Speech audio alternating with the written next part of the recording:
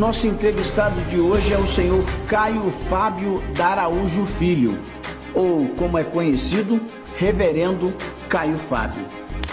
Boa noite, Caio Fábio. Seja bem-vindo ao Hora Capital. Boa noite, é um prazer. Prazer muito grande. Pastor Caio Fábio, é irresponsável o trocadilho segundo o qual se pode afirmar que as pequenas igrejas no Brasil são grandes negócios? Não, eu diria só que ele é excessivamente generalista, porque os grandes negócios de fato não estão nas pequeninas igrejas, mas nas grandes igrejas. De fato, são grandes igrejas, grandes negócios. Aí fica mais adequado. Embora também é preciso reconhecer que entre as pequenas igrejas, infelizmente, a maioria hoje em dia são grandes negócios para as pessoas que se servem delas. Mas não são os grandes negócios da religião, porque aí já acontece numa operação e num nível muito mais elevado de grupos organizados na perspectiva industrial da exploração da fé e das crenças e, sobretudo, da ignorância humana. Então, simplificando, é isto. Caio, por que é que um país como o Brasil, a fé prospera como uma indústria gerando patrimônio? Qual é a matéria-prima desse processo? A ignorância. A ignorância vem em primeiro lugar e tem o amparo, tem o fomento da presença do misticismo na cultura nacional. Além do misticismo cultural, que é inegável, tem também o espírito mágico, macunaímico do brasileiro.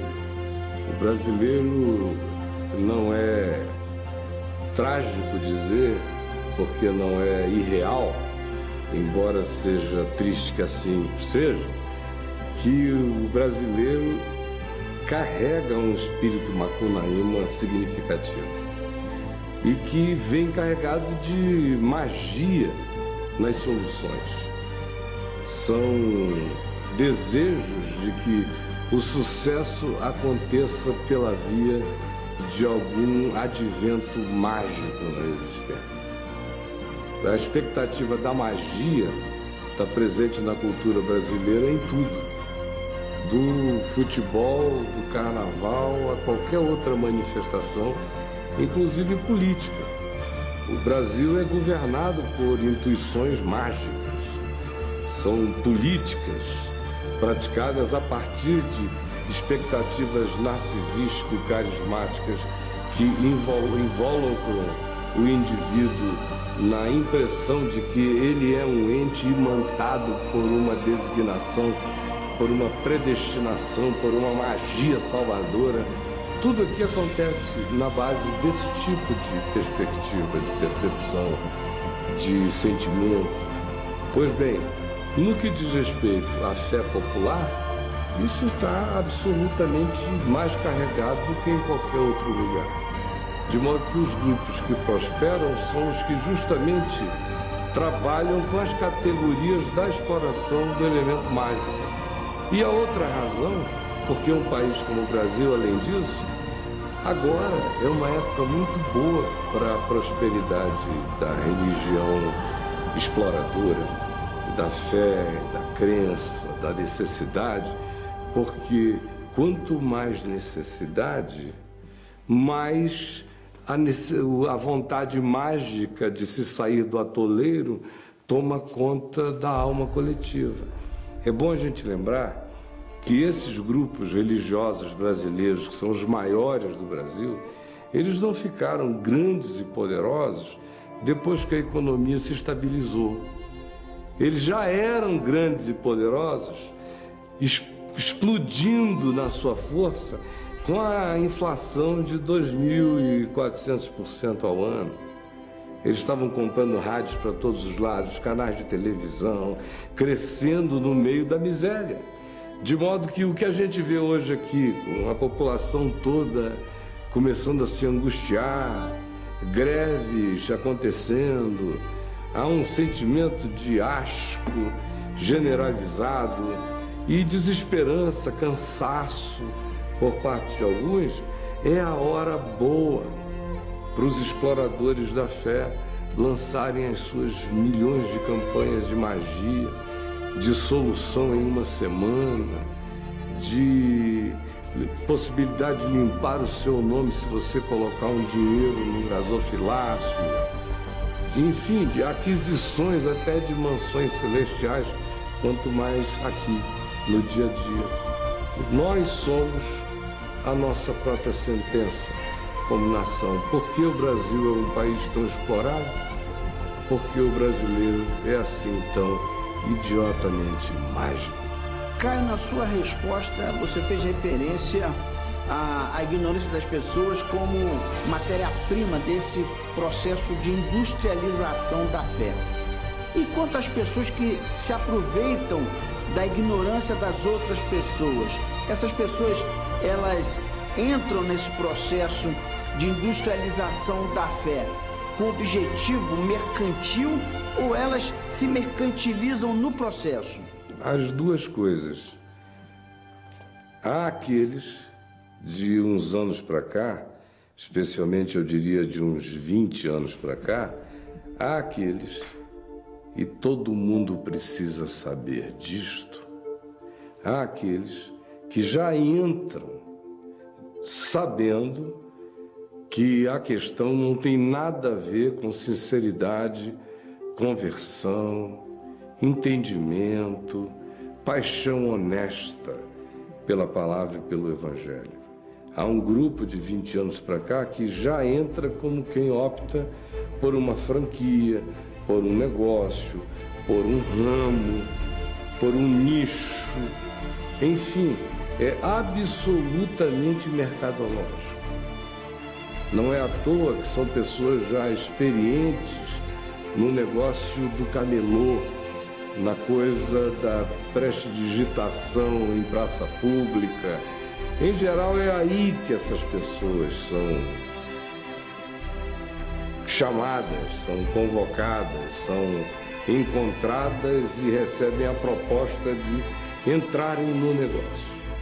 No entanto, antes de há 20 anos atrás, acontecia diferente.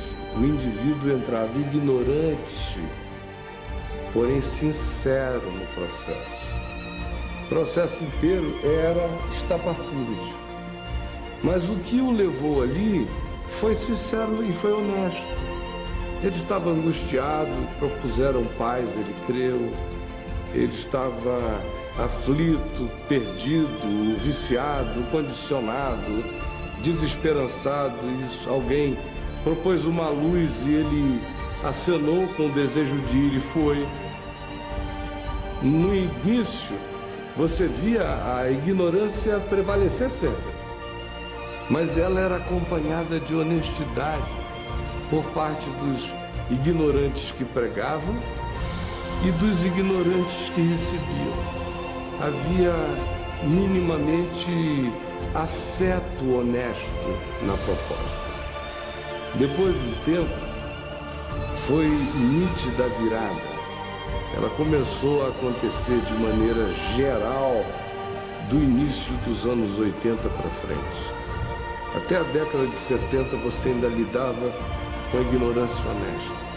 Dali para frente, os ignorantes honestos foram ficando espertalhões malandros. Foram se corrompendo e corrompendo geração após geração e corrompendo aqueles que também os seguiam. De modo que tudo só tende a ficar pior.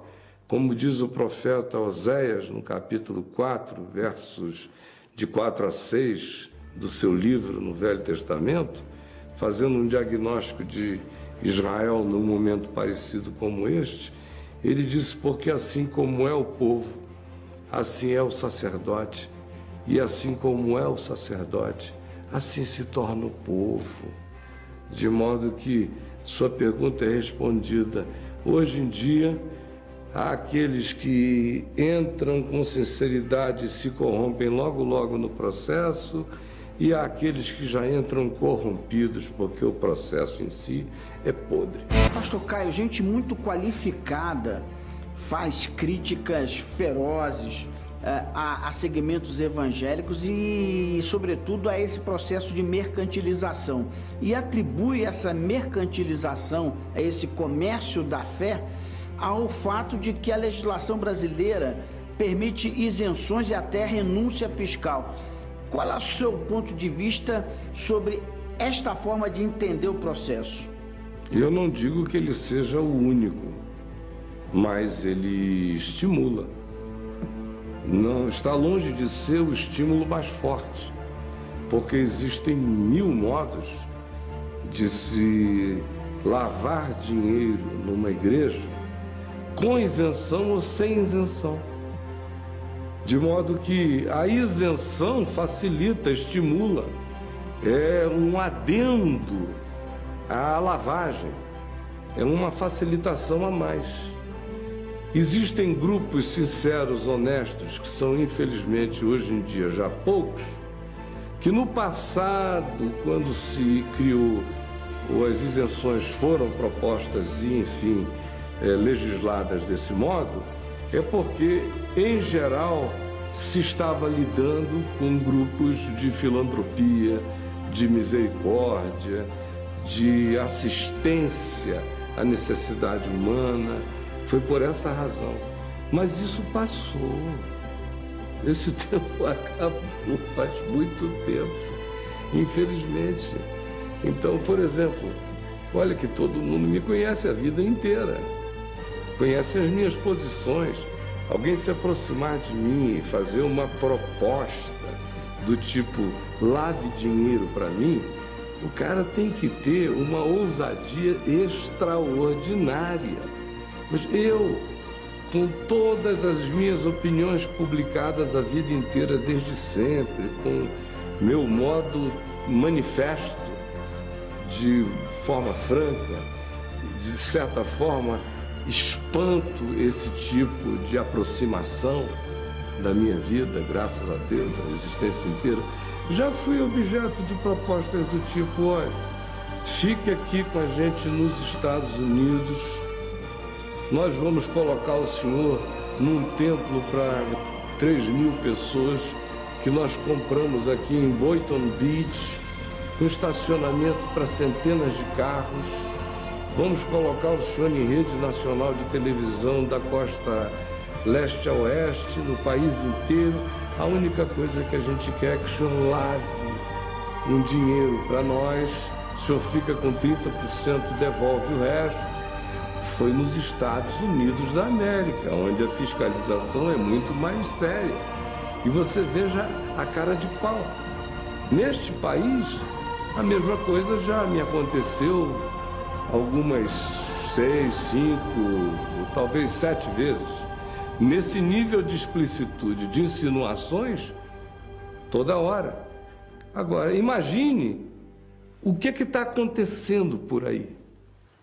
Aqui mesmo, nesta cidade, de onde eu falo agora, neste momento, eu sei de pessoas que são riquíssimas e que têm igrejas, 15 igrejas, 20 igrejas, 22, 25, só para esta finalidade.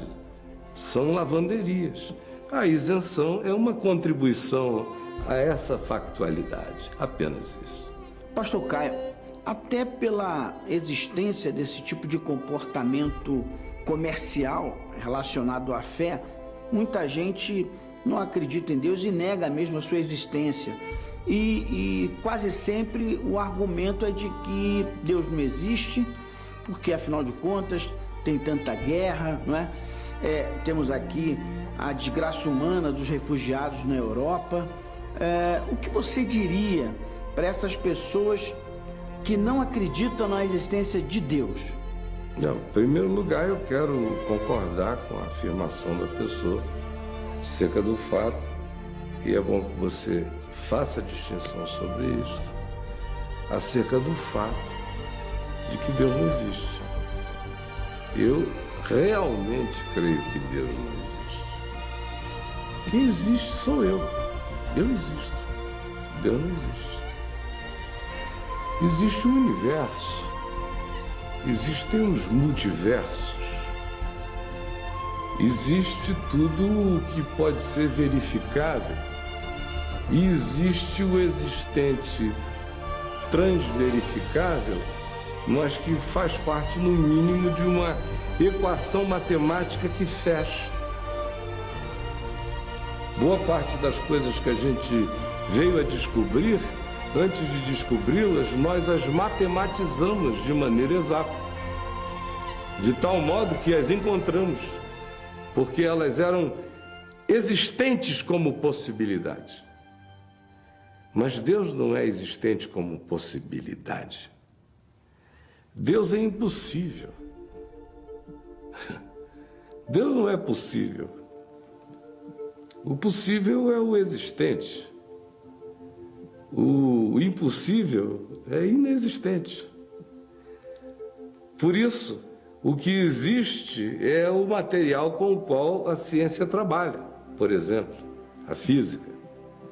Ela só pode ser ciência se ela trabalhar com aquilo que possa, enfim, para além de uma teoria, ser materializável, como o bóson de Higgs, que existiu como uma possibilidade teórica há muito tempo, só encontrou seu caminho de verificabilidade e factualidade há muito pouco tempo atrás.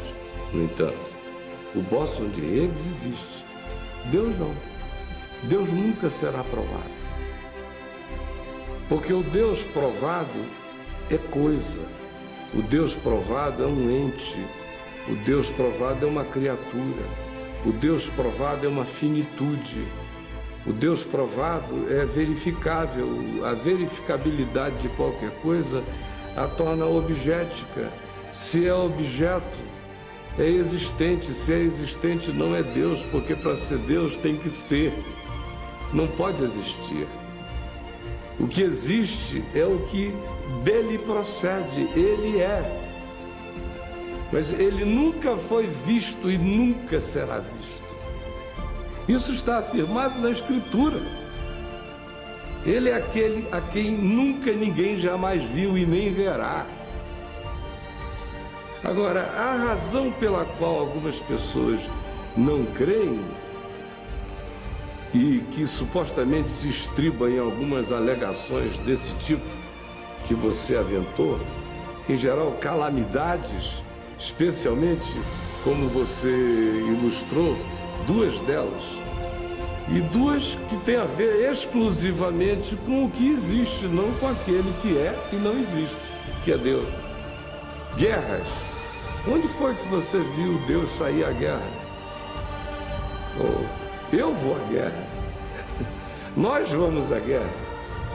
Nossas guerras são produzidas pelos nossos tesões, pelas nossas taras, pelas nossas volúpias, pelos nossos desejos, pelas nossas compulsões, pela nossa vontade onipotente, ou pelo desejo caprichoso do poder. Por essa razão que a gente vai às guerras, que os homens guerreiam. A fome ou os campos de refugiados são produções humanas.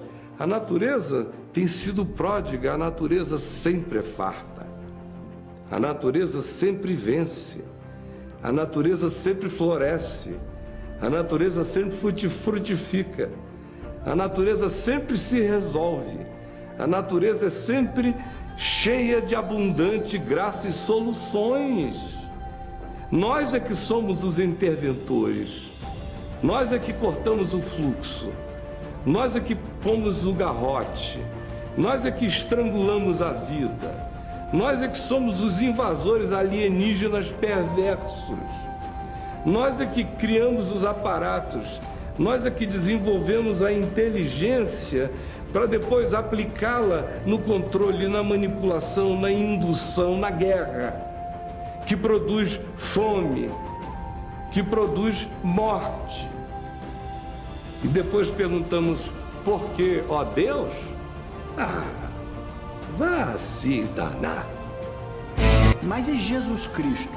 Jesus Cristo existiu efetivamente, veio por ordem de Deus para trazer o que efetivamente para a humanidade? Olha, para quem deseja, para quem queira, ele ensinou o incontestável caminho da vida. Aliás, a razão pela qual eu creio no Evangelho e não me envergonho do Evangelho, embora eu morra de vergonha dos evangélicos, mas do Evangelho que não tem nada a ver com os evangelhos, nele eu creio e dele eu não me envergonho. Uma das razões, provavelmente a principal, é que justamente porque ele é verdade, tudo quanto ele ensina faz sentido com o melhor da vida. Essa é a principal razão. Jesus me ensina a não ficar sequestrado pelo mal num mundo cheio de tentativas de sequestro todo dia. Como é que ele me ensina a não ficar sequestrado pelo mal? Ele diz: ame o seu inimigo. Ore por aquele que persegue a você. Perdoe o sequestrador até 70 vezes 7 num dia. O transgressor, perdoe e siga, porque a única maneira de eu não ser sequestrado na existência é se eu puder passar por ela amando. Senão eu vou deixando pedaços de mim. Todo mundo vai pegando pedaços. São muitas propostas de briga, são muitas guerras, são muitas mãos puxando, é muito puxa-vanco, é muito desvio do caminho para lá, para cá, é muita provocação que faz a gente parar, faz a gente esquecer de para onde estava indo, só porque um maluco interveio no fluxo suave e sereno do nosso desejo de paz e a gente permitiu a entrada do louco como sócio da nossa existência. Por quê? Só porque eu não fui capaz de virar a página, de perdoar, de dizer para aquele que é inimigo, Deus te abençoe, e seguir meu caminho. Não permitir-me ser detido por qualquer que seja a intervenção de qualquer outro, só é possível quando eu faço o trajeto de amor, misericórdia, perdão, busca de paz acima de qualquer outro bem na vida. É quando o meu caminho não é desviado, eu sigo o fluxo da minha vida. Do contrário, se eu não tenho a certeza desse poder, dessa força e desse bem que será realizado, eu vou sendo parado por todas as outras circunstâncias. Aí você me perguntou, e o que ele veio trazer? Ele veio me ensinar a passar por essa existência da melhor forma possível. E o que ele ensinou é absolutamente verdadeiro, porque quem quer que tenha dado o passo de andar no espírito do ensino dele de verdade, prova e conhece o melhor da possibilidade da paz na existência. Tudo mais que eu poderia te dizer cai naquela categoria questionável. Tipo, se você estivesse perguntando a alguém com fixações teológicas e apologéticas de defesa da fé aqui, a primeira resposta é: a historicidade da ressurreição de Jesus me prova que o que ele veio fazer neste mundo era verdadeiro, porque ninguém antes ressuscitou, e a ressurreição dele foi historicamente um fato absolutamente abalador de estruturas e de consciências, e não eram pessoas mentirosas, e não foi uma alucinação coletiva, e foi um evento testemunhado por centenas de pessoas durante 40 dias. Ele era capaz de se oferecer a palpabilidade, a tangibilidade, a conversa, a ingestão de alimentos enquanto ele atravessava paredes. Mas não. Eu sei que o que Jesus ensinou é verdade, porque quando eu pratico, é verdade. É por isto. É fato que o cristianismo não chegou para todas as pessoas. A confissão na fé cristã não é uma unanimidade. Mas é fato que muita gente deixa de buscar a fé cristã em razão de tabus excludentes. E entre esses tabus que excluem pessoas, destaca-se a questão da dificuldade de segmentos cristãos com o homossexualismo, com a homossexualidade. Isso em pleno século XXI, até mesmo o Papa Católico, o Papa Francisco, já deu sinais de que admite a tese da união de pessoas do mesmo sexo. E na contramão da história, ainda a resistência de segmentos evangélicos, como por exemplo, na palavra de pastores como o Silas Malafaia, que faz uma crítica violenta, agressiva contra o homossexualismo e a homossexualidade. Porque ainda existe essa resistência de segmentos evangélicos ao homossexualismo e à homossexualidade? Porque ele é uma pessoa religiosa, que representa um segmento religiosíssimo, uma espécie de ISIS cristão evangélico pentecostal, daquele tipo de linha, daquele tipo que no mundo islâmico geraria um Hamas, geraria um Hezbollah, geraria um Talibã. Do lado de cada terra gera essa malafaíce. Outra coisa é que, antes de tudo, eu gostaria de distinguir a diferença entre homossexualismo e homossexualidade. O homossexualismo é uma ideologia, que como ideologia, a meu ver, não precisa ser combatida, mas precisa ser identificada como ideologia. Uma ideologia extremamente hedonística, mas é uma ideologia. Ela não sai por aí fazendo o pinto se transformar em AR-15. Não carrega esse nível de periculosidade, exceto em outros níveis, quando se promiscui, quando se descuida, quando contamina pessoas de maneira, às vezes, até voluntária e deliberada, como ultimamente a gente tem sabido que tem acontecido muito. Mas o homossexualismo é uma coisa, é movimento, se organiza, tem logotipo, faz marcha, advoga uma causa, quase que gostaria de converter o mundo inteiro neles próprios. Seria extremamente feliz se o mundo inteiro se transformasse no que eles são, gostam e praticam, de modo que, como todo ismo, o homossexualismo carrega uma espécie de fanatismo religioso na vivência dele. Já a homossexualidade é uma condição que toma conta de uma quantidade enorme, um percentual significativo da população. Historicamente falando, sempre girou em torno de 8% a 10%. Em tempos de moda como o nosso, aumenta um pouco mais, porque aí tem gente que entra na onda por causa do homossexualismo, não por causa da homossexualidade, que é uma condição. De modo que essas duas coisas precisam ser distintas.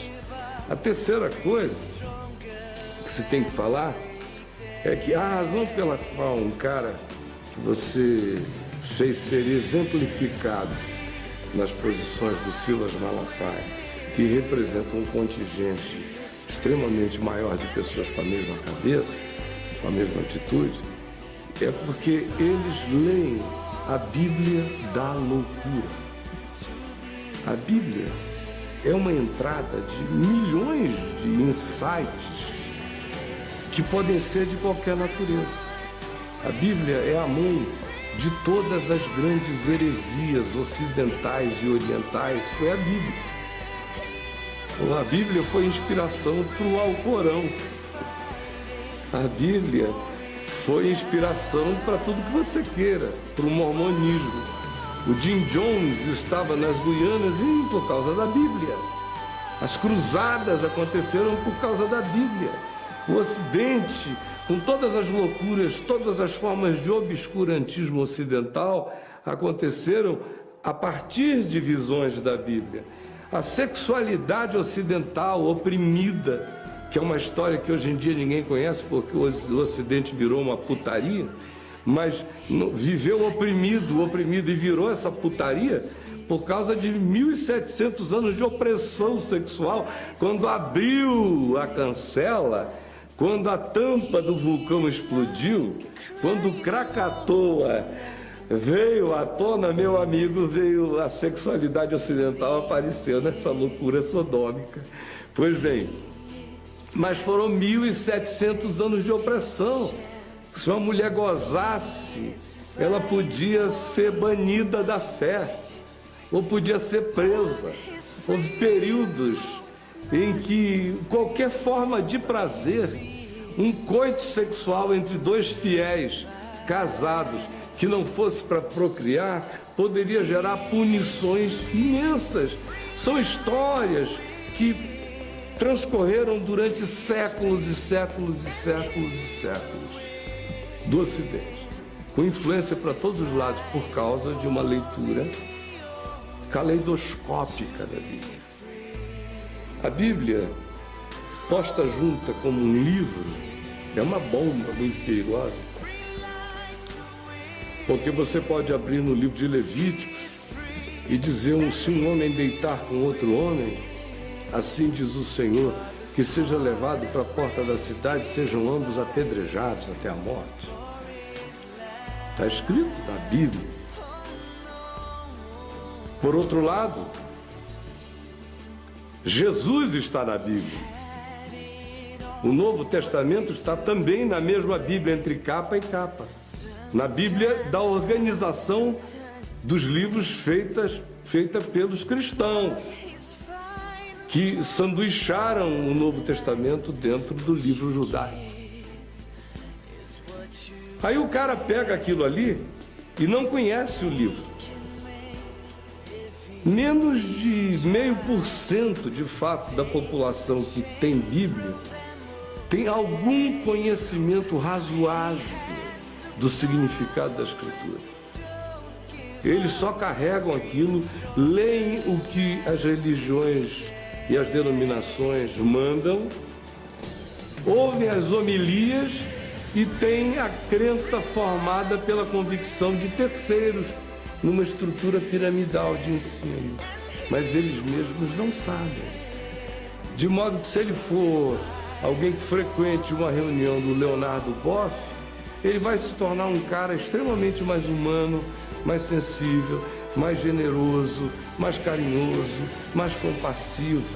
Não é porque ele necessariamente passe a conhecer a mensagem da Bíblia, é porque ele está sendo mentorado por uma pessoa assim, boa, generosa, compassiva e humana. Então, pelo convívio, ele ficou melhor. Mas se ele estiver sendo pastoreado ou mentorado por um indivíduo que passa a ser o intérprete autorizado da Bíblia para ele, a quem ele vai ouvir para aprender, e essa é a referência dele, a população vai enlouquecendo conforme os megafones gritantes e nervosos e histéricos desses senhores. E por que eles são assim? Porque a Bíblia é mais central para eles do que Jesus. O livro, a Bíblia, chamada por eles de a Bíblia Sagrada, é maior do que Jesus na cabeça deles. Porque Jesus está dentro da Bíblia. Então a mente é do tamanho de um livro.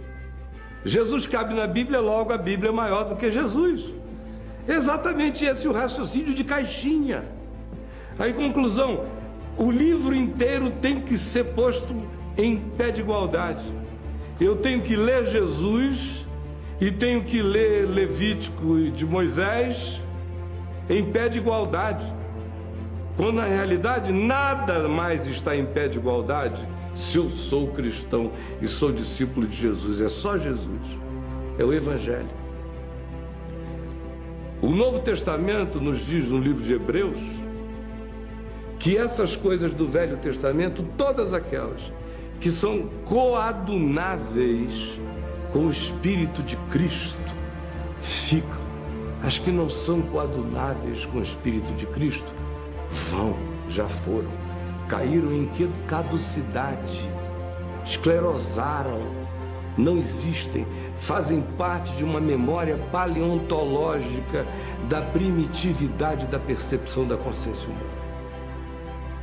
Jesus é o Filho do homem, Jesus é a referência. Para Silas ele não é. Porque a partir de Jesus você não consegue tratar ninguém do jeito que o Silas trata os homossexuais. A partir de Jesus não dá para você discriminar ser humano nenhum. Só dá para fazer discriminação sem Jesus. Com Moisés dá. Com o Velho Testamento dá. Com Jesus não dá.